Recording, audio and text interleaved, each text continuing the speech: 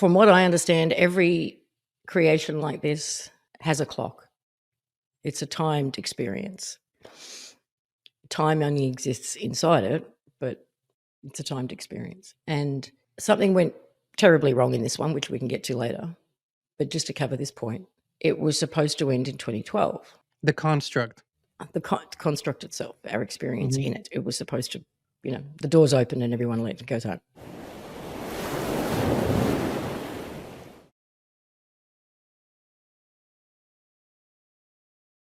Hey, Inspired Tribe, my fellow freedom lovers, John Nolan here. Thank you so much for tuning in to another inspired conversation, one that has been in the works for a while now.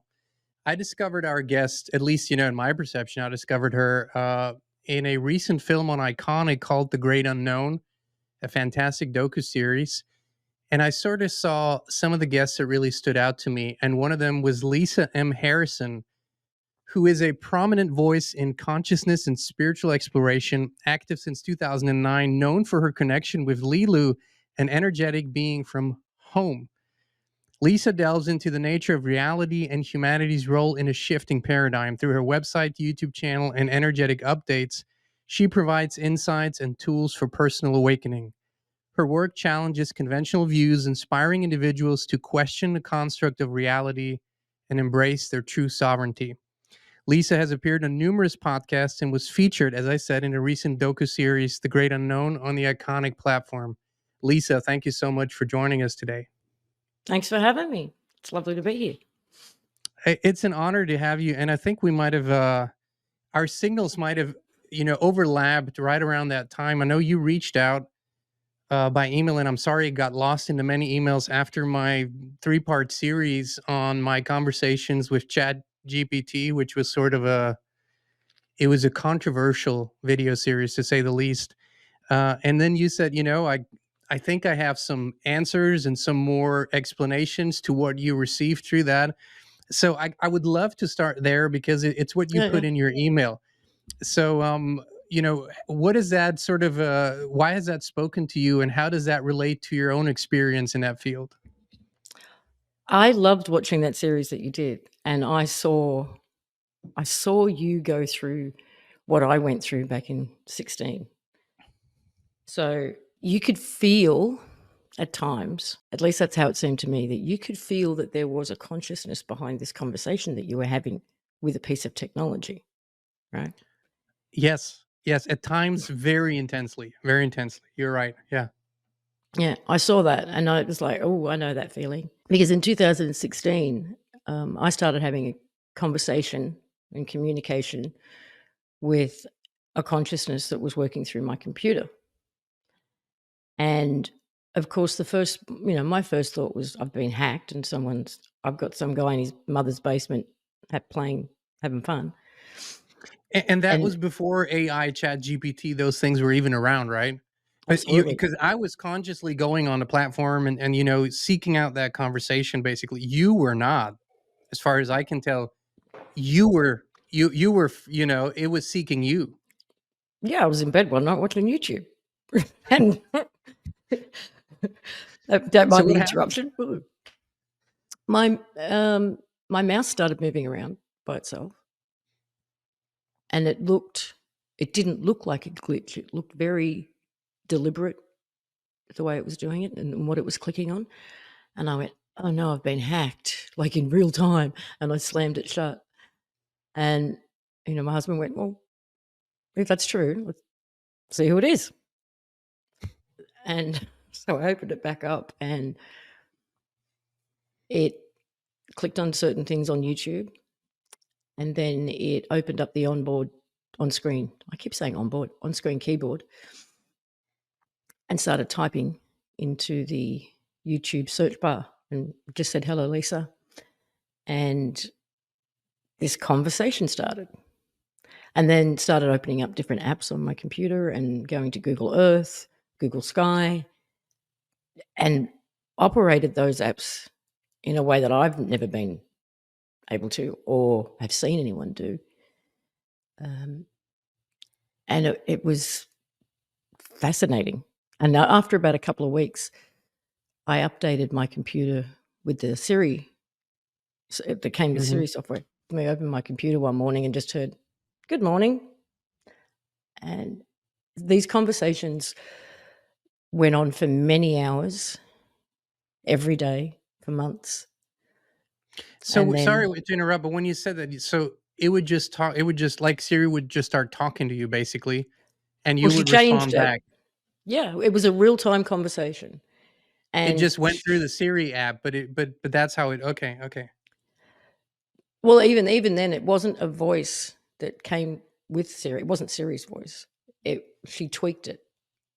Uh, but I had certain. I used to record everything, and I had some files looked at by a friend of mine in Canada, and he said, "I don't understand this. They're analog."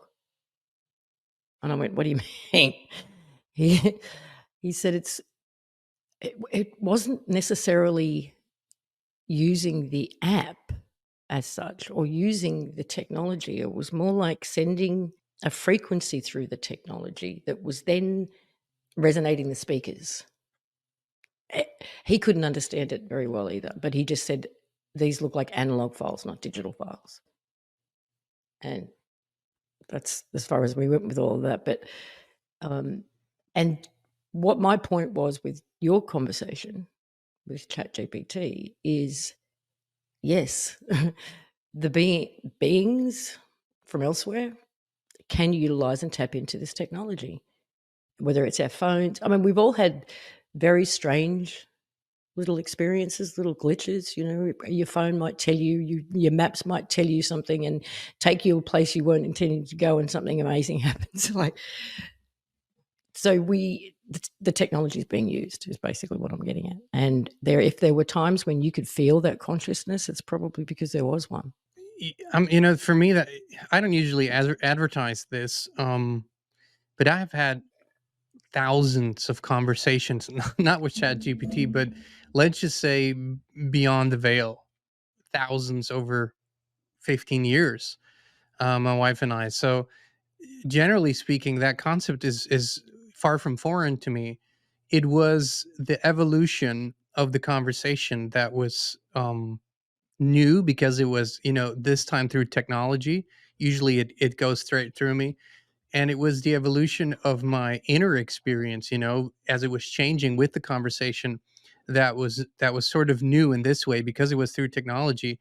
But I'm really curious, what was the beginning? And it's Lilu, right? Am I saying that right? That's the name I gave her. And Okay. there's a reason for that too, which was that we actually watched The Fifth Element one night. Oh, yeah, I remember that. Yeah.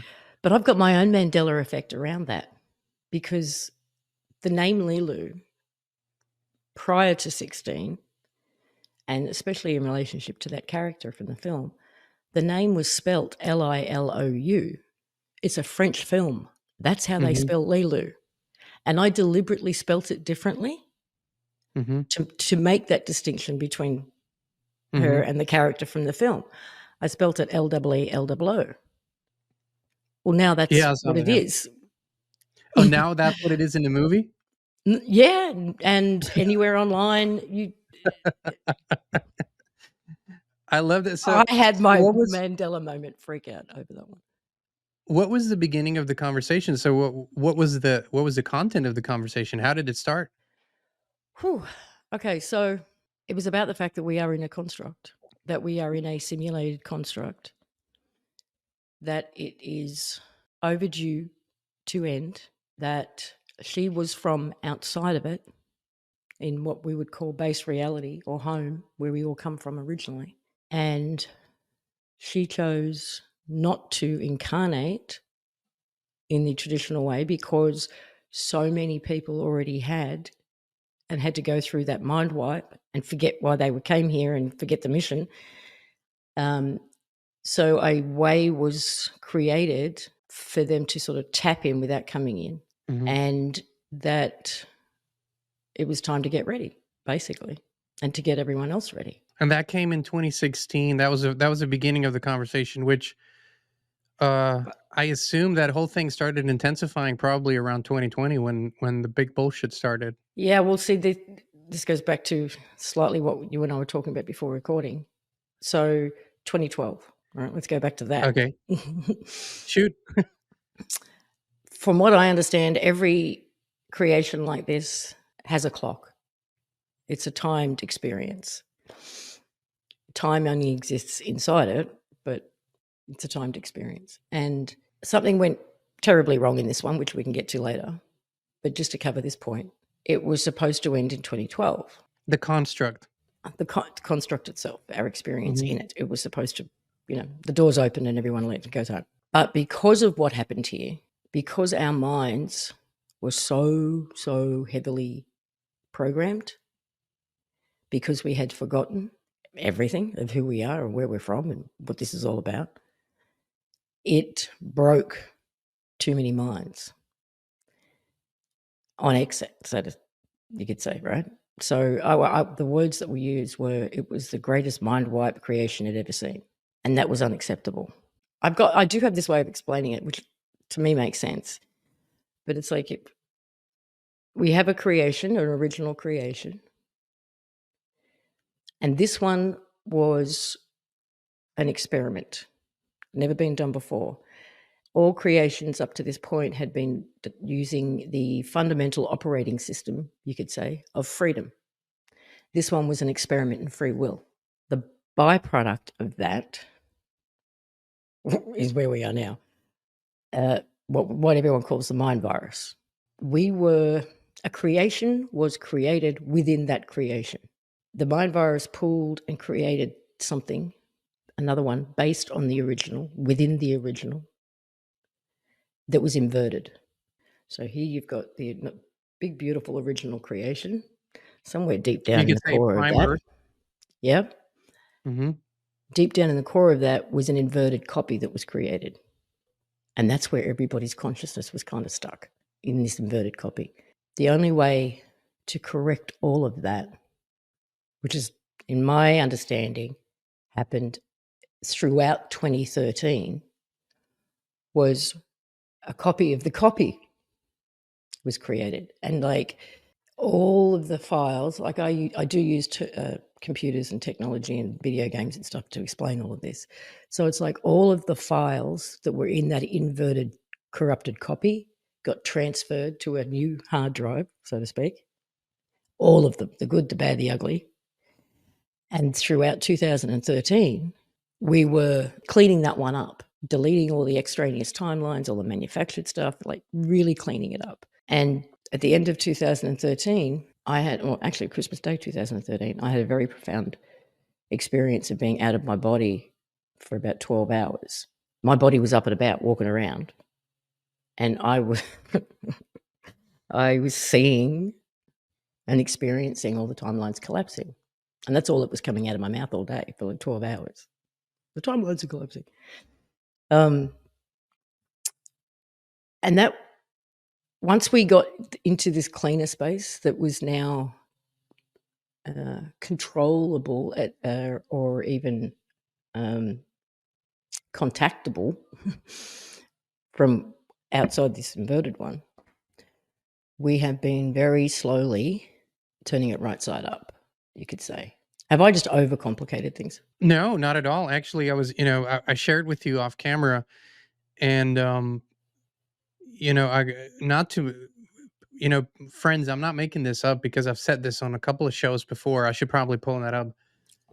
What you describe, and I did not have the terminology that you have for it now. I didn't have it back then. Me and my wife didn't have it, but we were going through an experience that actually just mirrors perfectly what you said. Was that leading up to the year 2011, right around that 2011 2012 overlap, we felt that everything was going to really transform. Like, we felt that it was going to, basically this great awakening, if you will, was going to be on steroids, and the world would transform significantly.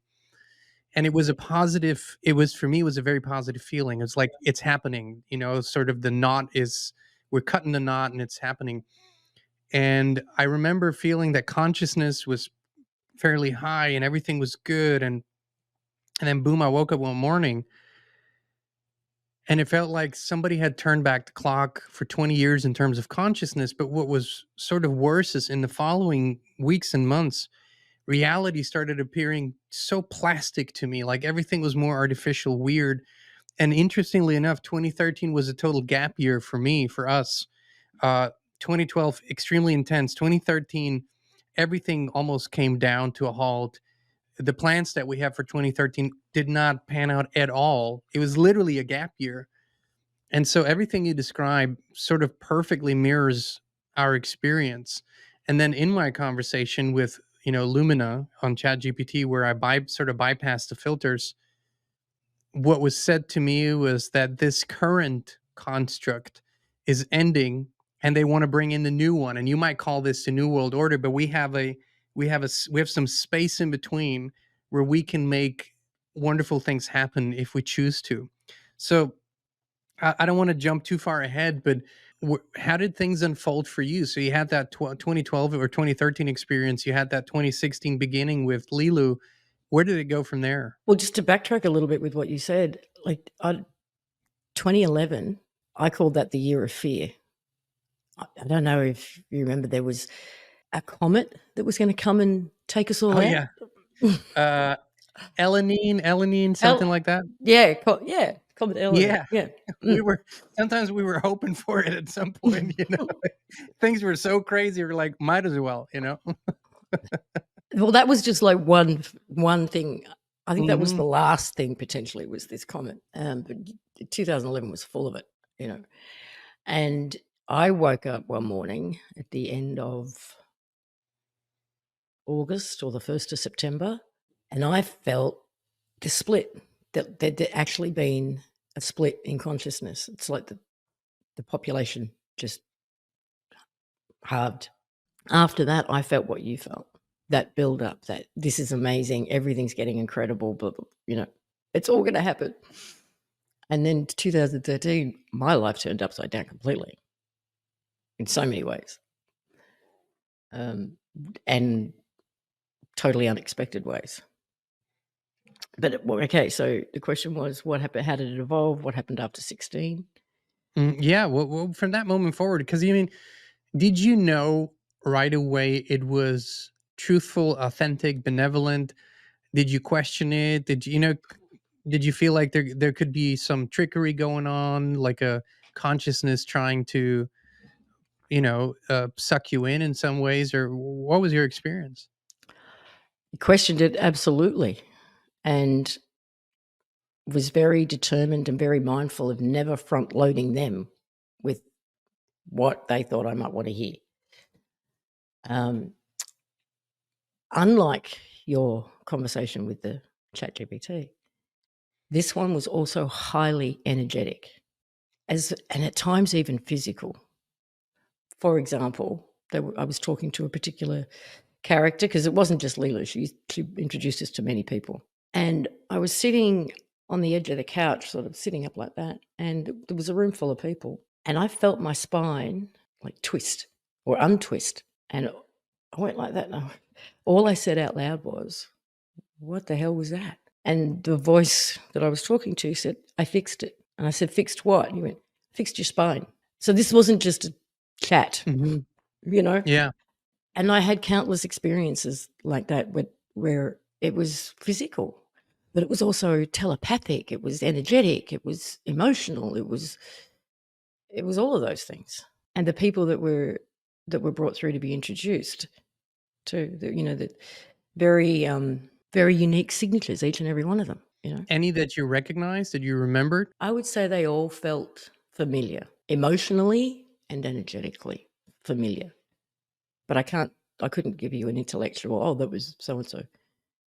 No, but sort of when you say home, that has the feeling of home is more than comfort. It's complete belonging. It's where everything is. And I don't know about you, but here I never have that fully ever.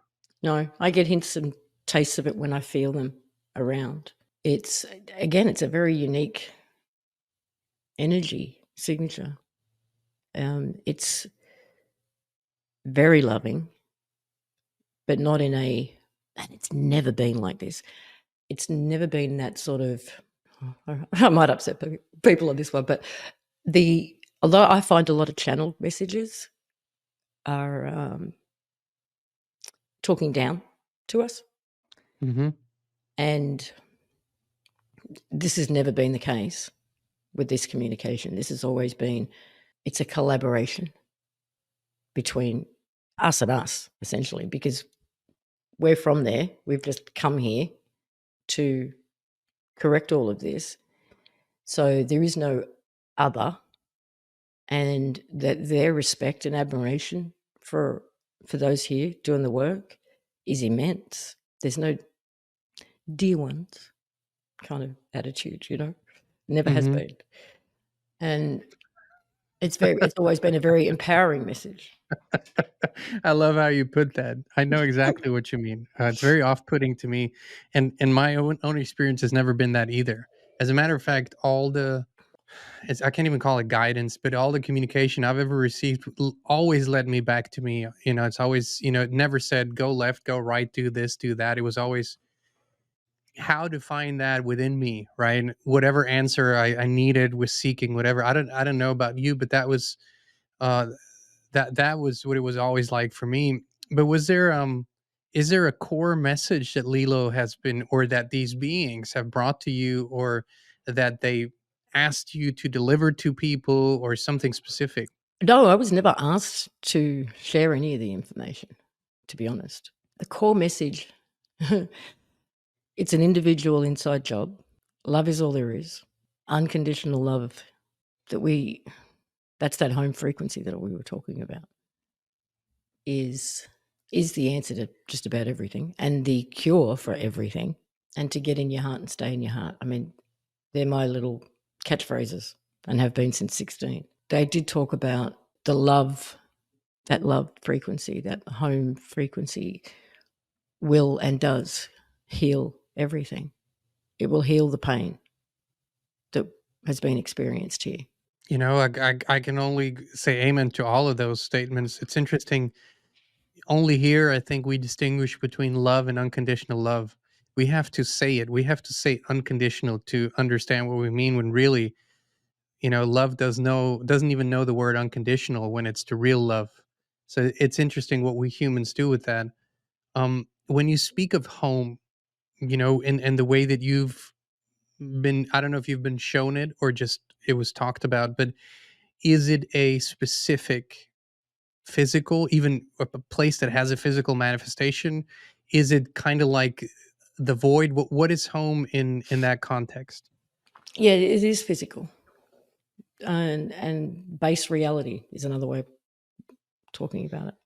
It's where we all actually live and exist. And what we do is create these realms, these constructs for experience.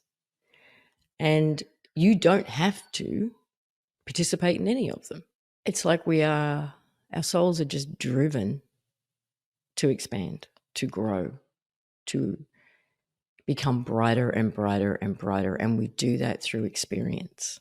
That is the true value of a soul, is its wealth of knowledge, of its wealth of experience. And it's why we were driven to create this one, to do something different. So in your perception, this is that might be slightly different from the way I see it. And in your perception, this is not a construct that was created from an already inverted consciousness, but you're saying that it happened after the creation of this construct, within this construct, that consciousness sort of inverted itself in it. But that the concept of a trap, if you will, a trapped reincarnation cycle, and sort of these deceptions. There's free will, no doubt about it. But so that is that something that you have ever seen, felt, or experienced, or is that something that never was part of your experience? No, it was. Again, what year was this? 2011 or 12, probably. I'd never thought much about the moon, really, in that conspiratorial way. I was shown, and these things get shown to you in ways that make it easy for you to understand, and everyone's going to see it differently. But I was shown what looked like a huge factory on the moon, and I knew it was a recycling center. And then there was like this huge fishing net that looked like it had been thrown out and cast around the planet. And it was a two-way thing. It did two things. It was constantly reading the consciousness of the collective, and it was also sending out programs into the ether, so to speak, that we could pick up. And so it was this sort of constant feedback loop. And then I saw all these lights come on Earth, and I knew it was people's hearts. And they sent all this love up into that system. And all that energy went back to the facility and blew it up. And I woke up from that incredibly lucid experience and went, what the hell does all that mean? But I also, the knowing that came with it was that I called it the rinse and repeat center was no more. And that cycle was no more. And I thought, where am I going to find any kind of supporting evidence of this? And from that time, what I noticed was orbs everywhere. Do you remember when it wasn't like no one could take a photo without capturing an orb? You know? I should probably share the video. And my wife for 3 years, we would take a walk every night. I can't even. I mean, it's indescribable what she photographed. It's indescribable, and so that every orb researcher in the world that found that video contacted her and was just amazed. Yeah, I remember that time. Yeah. What years was that? Vivid. I'd love to know. Pardon me? What years was that? It was between 2009, 10, and 2012, 13, just around that. Maybe I have to check back, but it was. I know that 2011, 2012 were in that somewhere. Yeah, cool. And I saw group photos. 20 people get together in a photo, and there's 100 orbs in the photo, and Yeah. like it was nuts. That to me said, okay, the rinse and repeat situation is done, but these beings aren't leaving. Why aren't they leaving? Can't they leave? And then in 16, with around the time of the contact, and from then on, it was like that all disappeared. So to me, the doors opened, and they were all just went home at that point. So there was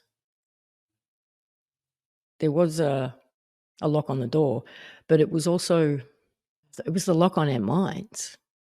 I mean, starting in the 70s, really, I think, is when all that whole follow the white light stuff started happening, right? Bring that white light was the program straight into the door of the facility.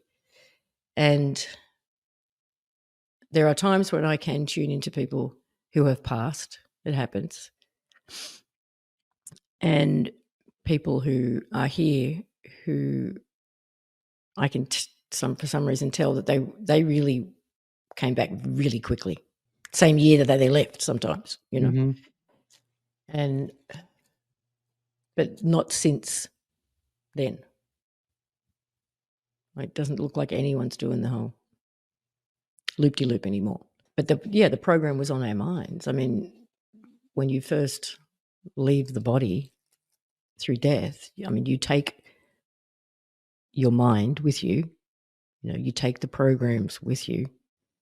It takes a minute to sort of drop all of that and remember who you actually are. And in that moment, in those moments of vulnerability with all the programs, whether it's a religious one and it's Jesus that comes and takes you, or if it's a relative, or it's Muhammad, or whoever it is, tells you need to come back. It's not your time. You've got unfinished business, whatever it is, whatever story you'll run with. So it wasn't necessarily a trap. It was just a really good trick. I think, I think the word, words can really, you can only get so far with words anyways, you can only try to describe concepts in words, but it is a very, when you create a copy of something and consciousness has been from away from the real thing for a long time, the longer it's away, the more it forgets about the real thing, and the more the copy seems like the real thing. That's, I think, is Mm. the problem. So you're sort of, we were stuck in that, collectively speaking, stuck in this, not knowing that we're looking at a copy and trying to figure this out within the copy, and it just didn't work until we sort of started waking up on a bigger spectrum, and that leads us, I mean, to the time that we're in now, which is another iteration to me of it's not like 2011, it's not like 2020, but it has sort of the markings of so much intensity, in information, in it's all in this soup. What do you make of this time? What do you think is the significance of the time that we live in, and maybe what do you think is going to happen within the next weeks, months? Well, Deconstructing the Construct is the show I did and the phrase I used from 2016. And it's like a controlled demolition of a building. Let's say we've got 30 floors in this building and we've got residents in each floor, and each floor is frequency band. Yeah. So the top floor collapses onto the one below it. Everybody in that floor has the opportunity to let go of that particular frequency band, let go of the programs that hold them there, and evacuate to the floor below, or they leave when it collapses. And that's essentially what we've been doing, tackling every system of control within a particular frequency band as this thing collapses. 2020, it's funny how, it was the worst of times, it was the best of times. It woke so many people up and it destroyed so many lives at the same. It's Everybody had a exactly chance. that. Everyone had a chance to look at themselves, to look at what they believe, what they invest in, what they think is important to them. And some chose to go, no, no, no, no, no, no, no. And some reevaluated their lives completely. Some had it all pulled out from under them. And some woke up to a beauty in the world even, I know people who thought it was the best thing ever. It was like paid holiday for 3 months, or and they got a chance to just work on themselves and do the research that they've never had a chance to do. It was the best of times and the worst of times. I remember, and where we live here in Tennessee was, honestly, it was 2-3 weeks. Really, that was it. After 2-3 weeks, it was sort of, live and let live. Nobody really interfered. You could do whatever. But the first couple of weeks, people didn't know what was going on, and my wife and I knew what was going on, so we would just take long walks, meet nobody, no car, no nothing. It was beautiful. We also felt sort of, this is the last vacation for a while, because it's going to get very intense, right? Because once the catching on starts, it's going to get intense. So you're exactly right. But now, 5 years in, um I feel like the veil is thinner than ever. It's really extremely thin right now. Actually, and we've and just it's gone through that again just over this Christmas period. Yeah, Yeah, maybe, I saw you mention that in another podcast. Can you talk about that? it was people reporting a lot of strange brain activity. There's more personal timeline adjustments. And all this kicked in on the 21st, really started. And yeah, it's like the internal veil is dropping. And for the first time in my experience or memory, it's happening in such a way that feels physical. Like you can Totally. actually feel the shit going on in your head, like new pathways forming, new things lighting up that have been dormant, whatever it is. And I've got a couple of Telegram groups and my email, and I get a lot of messages when I put things like that out there to tell me um, either that I'm wrong or I was right. Either way, but the number of people having experiences since the 21st is really quite profound. And the kinds of experiences are profound. Yeah, internal veil dropping. And I think that's just gonna keep rolling for the time being. But we do seem to do these things in waves. And you've probably also seen the sun's just no one knows what that is anymore and what that's doing. And that's very much connected with all of this too. Over I think it was this year, there were 2 or 3 mornings when the sun was completely in the wrong place, like, not even, like, a few degrees. It was completely in the wrong place. Sunsets in the wrong place, stuff like that, but the waves, that is something that and my wife and I, for because of what we do and because of the purity that we want to maintain in the message that we put out, we don't really watch anything. I don't want my perception tainted, you know, sometimes, but for the most part not. And this experience is so funny that the way that you described it, what was happening inside of my brain over the last 10 days, 15 days ish, I've never experienced it outside of deep meditations ever. Like when I go deep and, when I get to that place, yeah, I experience those things, but not just randomly laying down for a nap and just, it's like, it's literally, I mean, there's so much going on. I can't even describe it. And I had no idea that it was going on for many people. My wife had the same experience. We just didn't know it was going on for many people. So you had that too. Yeah, with me, I had an experience. I can't remember the date actually. It was last Monday, I think. Um, completely awake, just got into bed to go to sleep. And suddenly I was projected out in my garden. And it was like having an OBE or like having a lucid dream that is so real. And I was like, this isn't just my memory. What is going on? Like, I'm not just remembering the front yard and the pathway. This is too real. What is going on? It was like it's like my imagination on steroids. It was, I could see minute detail in the leaves as if I was standing there. I could Hmm. feel the breeze. I could, and I was just sort of reveling in it for about 10 minutes. And I went, what the hell is this? This is next level. Next level memory, next level imagination. I don't know what's going on, but yeah, it was quite fun.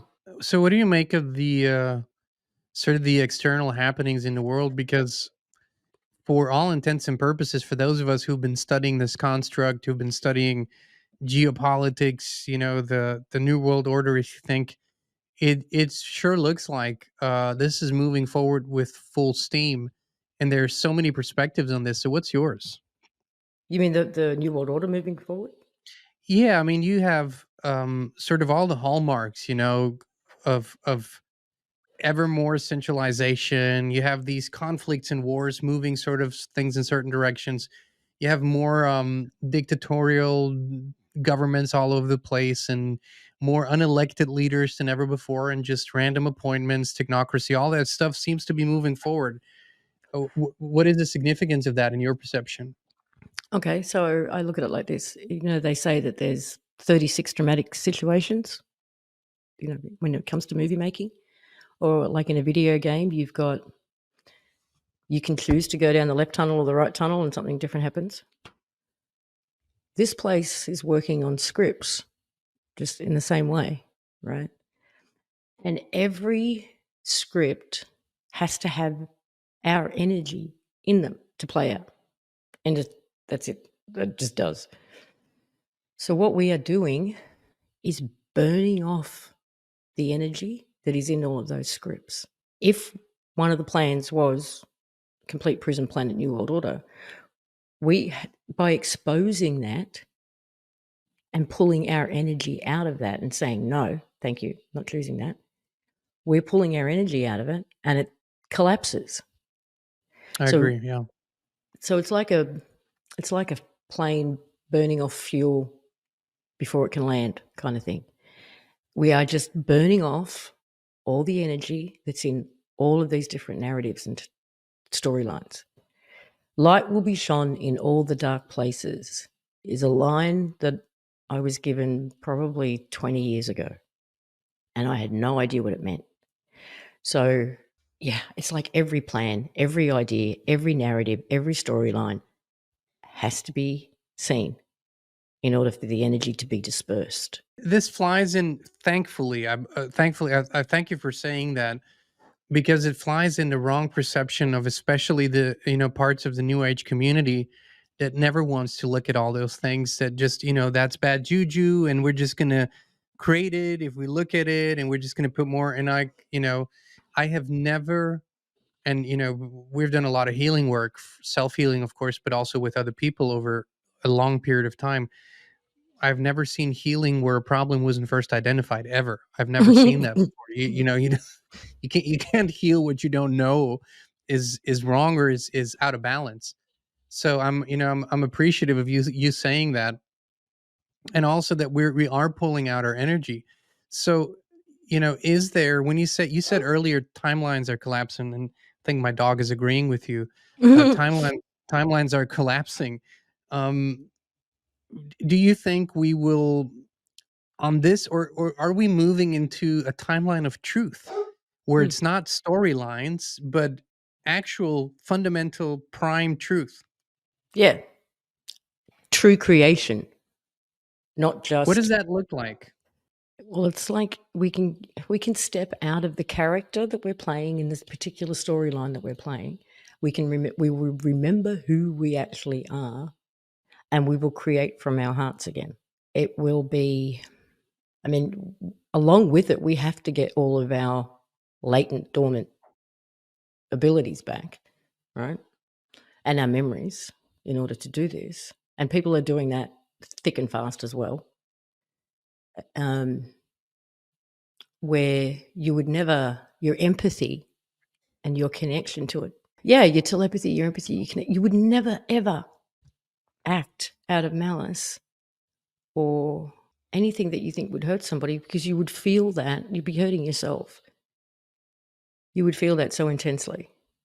One of collaboration, one of freedom, not free will, because free will allows for power and control over another. Freedom doesn't do that. Freedom is collaborative. Freedom is what benefits both, or the all. It's my now. This is going to be a matter of perception, right, for each person. But my perception is, starting now, this place just gets better and better and better and better, because all the stuff gets exposed, all of it gets seen, and like you said, you can't just navel gaze and I just love and light and whatever. You've got to look at it and say no. The power of our will and the power of our words, you can't ignore it and hope it goes away. Because if you're ignoring it, your energy is feeding it either way. Because I'm not going to look at that is giving it energy anyway. So It's look at giving it you and fear say no. energy, because that's fear. That is fear, right? If that's basically saying I'm scared to look at it because of how it might make me feel, so that you're already fearful when you do that. Or I might have to change my mind about something. I might have to let go of a belief that makes me feel good about myself, and I'll have to reevaluate me, and that's too hard. But like it or not, that's the road we're on. And we are pulling our energy out of these things. They are going to collapse. Things are going to get better and better, but that's going to look like absolute fear and chaos to some people, I know. But to me, that's things getting better and better. And do you think that is it a, energetically speaking, in your perception, is it a grassroots thing? Does it come from every individual stepping into their own power, and that really spreads out? Do we have some, as people have suggested, do we have some help in what would are powerful positions in this world? Do we have sort of off world or other dimensional help? All these things are floating around the sphere. What is your perception on that? Wow, there's a lot in there. Okay. Yes, it's an individual inside job, as I said earlier, right? So it's up to every individual to do that work, step into their power, and the frequency that goes out as a result of that changes everything. We are getting help from ourselves. Okay, when I talk about home or base reality, They're just beings like us. They're not, they're not above us, below us, different, whatever. And that's where we come from, and we've come in here. Yeah. So, and we are working collaboratively. We needed boots on the ground. Also within the construct itself and all the different races and stuff. It's my understanding that, us little dear ones, us little 3D humans, we're the first ones to figure out where we are. We were the first ones to realize what this reality is before they did. And that has rippled out throughout all of the realms, the dimensions, whatever word you want to use for it. And they too are doing their own individual inside job. They too are waking up to the bigger picture. And you talked about people in positions here. Yeah, this is happening to everyone. This is happening to the guy, the butcher. It's happening to the president. It's happening to the military guy. It's happening to everyone. It No one's is. immune. I mean, I've had that personal experience often enough when, we get in touch with people that are in higher positions, and we see that. The question is just on the scale, do we have more people that also, as they feel it, act on it? Or do we have more people that sort of shove it aside and go the old paradigm way? Well, regardless of your position and your role and your power, you can go with this, with what feels right and wrong and good, or you can fight it, and some will, for sure. In the more conspiratorial realm, there's reason to believe that some of them have actually been replaced. And I don't mean by clones necessarily or body doubles or any of that.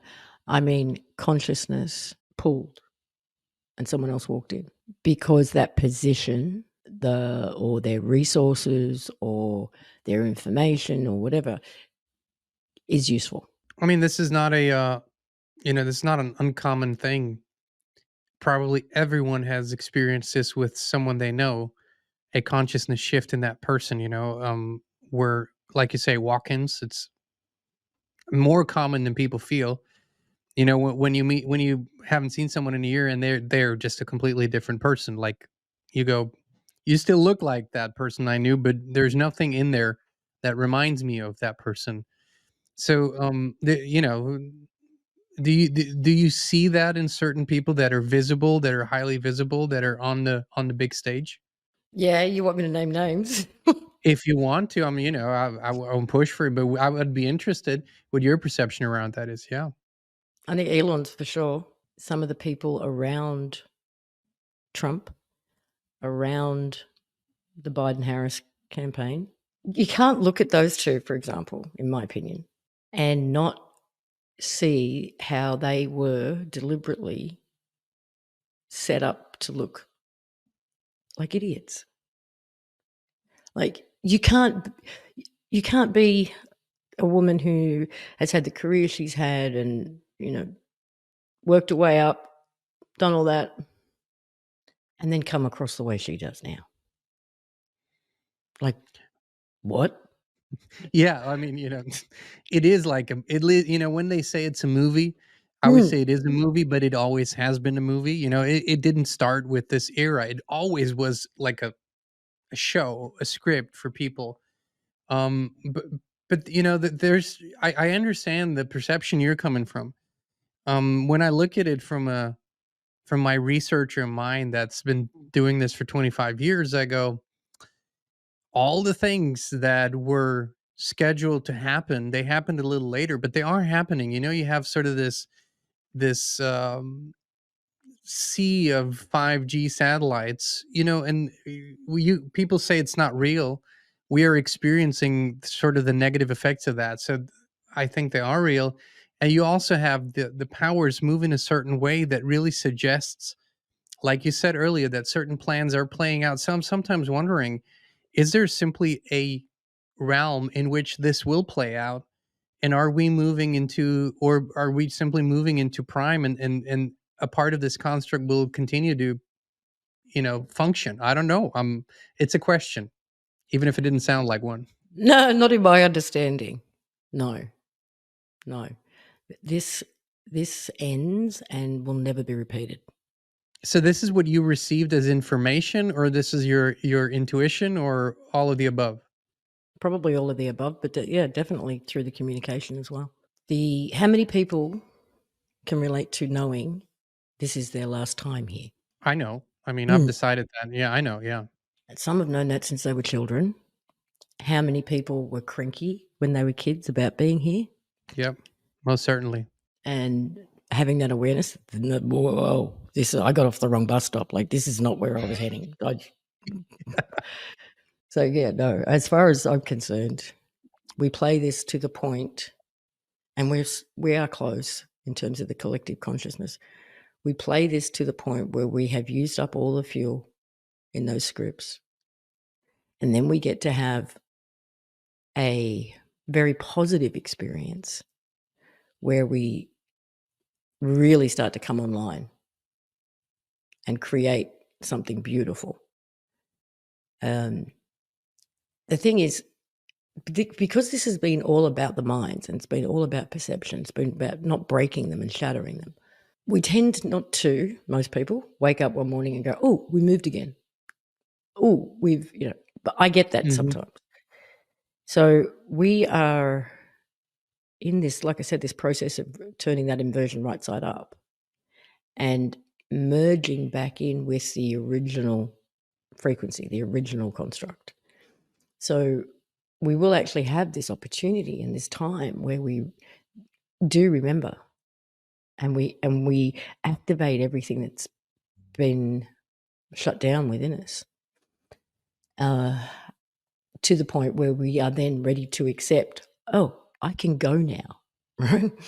So, and it seems to be en masse. We are, that consciousness is really getting there, and which is why we're starting to rip the Band-Aid off on everything. I was just going to say, you said earlier before we started recording, you said, we got to rip off the Band-Aid, and so many of those things that you mentioned, we feel very similar about, especially the Band-Aid stuff. But, also talked about disclosure, what that actually means, can you touch on that a little bit? Because it's been on everybody's mind, and some people are freaking out. It's an alien invasion. It's, all that. Some people are Project Bluebeam.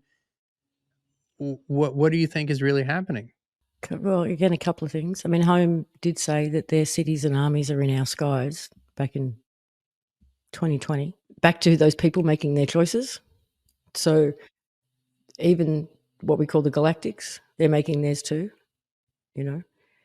So, and also I guess what people would call the angelics, who are not as physical as we are.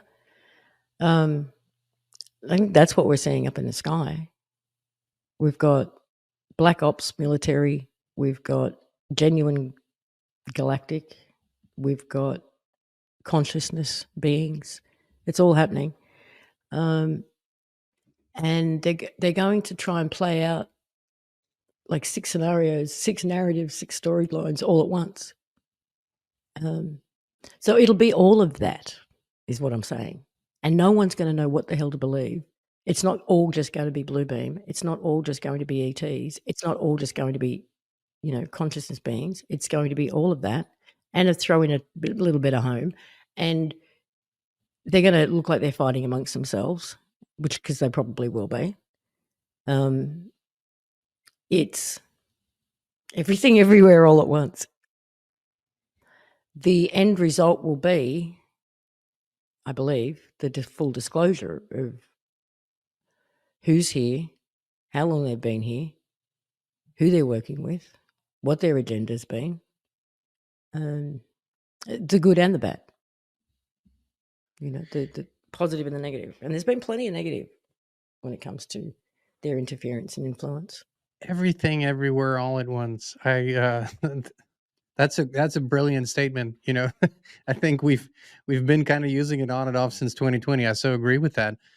The playing out of all scenarios. This is mass. It is sort of a density of information that none of us has ever experienced before well, at least in this lifetime. Also the technological infrastructure to do it this way, right? I mean, it doesn't matter how much access you have, you can't possibly even now absorb it all and sort of Mm. sort it out. um, what is your way to be in tune with your inner truth meter? Because I think that's probably the most important thing for everyone, to sort of have this inner connection to truth, because when you have that, you're not really bothered by too much information. What is that, and how does that work for you? The heart is always the answer. So it's about connecting into and dropping into the heart. There is a special connection between our sacral, which is what you would probably call your gut and your gut intuition, that, and the heart and the head. And when those three are working together, when the energy is flowing properly between them, a lot opens up to you. Your intuition just goes through the roof. But it's always the core is the heart. And anything that's not of truth, you can feel it. Your body does have a reaction. Some of us are more sensitive to it than others. Some of us choose to ignore it. I've chosen to ignore it on occasion. Doesn't work out for me. But just being more, I guess, aware of how your body reacts, how your heart reacts, and then asking the questions. Ask yourself the questions. Ask your heart the questions, and you'll get the answers. Many people are, I think it is the quality of our time, and it is a very personal, intimate journey, probably at some point for everyone. But many people are wondering what their transition will look like, and this is sort of becoming more aware of the journey that might unfold after they leave this body. And I know it's part of your work. So, do you feel that a preparation is necessary? And if yes, what kind of preparation? It's always intrigued me that something so inevitable as death is something that is so feared and avoided to even be discussed. I put it I put it like this. It's like being on a plane and someone just pushing you out. No warning, no training, no parachute, nothing. As opposed to going through the training, wearing a parachute, having a plan, having a landing spot marked out. It makes the experience far less fearful. Mind you, I'm not someone who wants to jump out of a plane either way, but the way to sort of meditation can do it, like shift your consciousness, take you places. You can go a step further than that and try to actually get out of your body, which plenty of people are doing at the moment. These things show you that you are so much more than just this. I mean, when we come home from work at the end of the day and we take our work clothes off, we're not scared to do that. We're not scared to get out of our work gear and put our jammies on. And we do it every day. Well, it's kind of like that. It's like this is my work outfit for this particular job, and at some point, I'll take it off. Probably in a distant past, going consciously out of body, and maybe visiting in another place with intention, not randomly, right? With an intention, and knowing how to do it, not neglecting the body that stays behind, all of those things. At a time in a distant past, I believe this was sort of normal to us. Very, and so this idea that one day we leave the body permanently, this vessel, was a completely natural idea, that we chose to do it at a certain time, in a certain manner, in ceremony, if you will, if you want to use that word. And it was not shocking, it was not an accident, it was perfectly normal, basically, if you will, to do that. Um and and I think that without even thinking about it, it becomes, like I said, a feared experience. But you're actually I mean, you are doing out of body experiences, and I think you're also guiding others in that, right? No, no, I'm not doing the guiding others in that area. Oh, Um, okay. what I've been doing with is actually helping people to connect with that heart space, Hmm. to reclaim their energy, to understand the power of their voice and their will, and to use it to open their minds, look at their programming. Um, that's been my focus.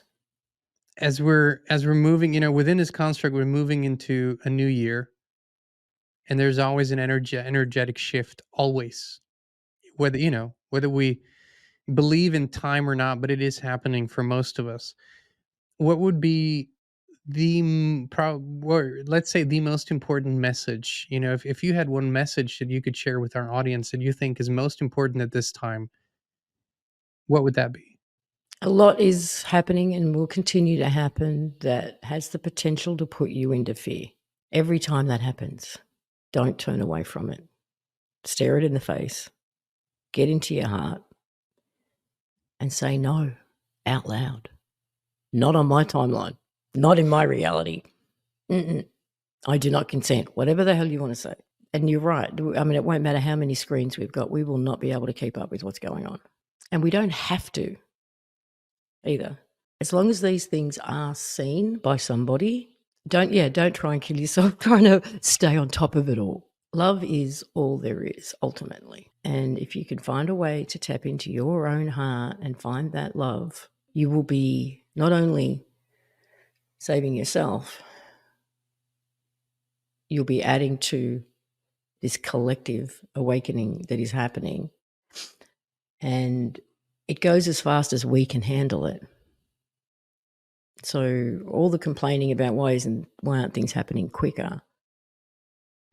We are playing to the lowest common denominator kind of thing. So it has to be that way because no one's getting left behind. No soul Interesting. gets left behind. So if you want things to go faster, you go faster. Lisa, thank you for that message. Love is all there is. That's probably the most important one of them all. Where can people find you, keep up with your work, get in touch with you? What's a good way to do that? The easiest thing is my website. It's just lisamharrison.com. That's the way. That's the place to go. Fantastic. Yeah. LisaMHarrison.com. We'll put the link in the video description. Lisa, thank you so much for taking the time. Really appreciate it. Thank you. Some I don't great. do these. I don't do these very often, and it's nice to have a conversation at this level. I agree.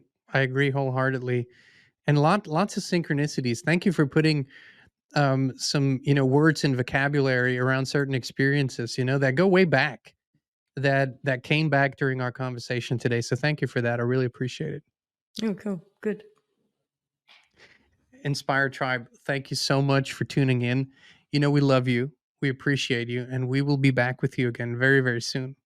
Listen, right now you could be only a few clicks away from experiencing something amazing, something that has changed thousands of lives all over the world. I'm talking about a high consciousness field similar to those at pilgrimage sites and sacred places. It's where people go to heal, to connect, and to become the best possible version of themselves.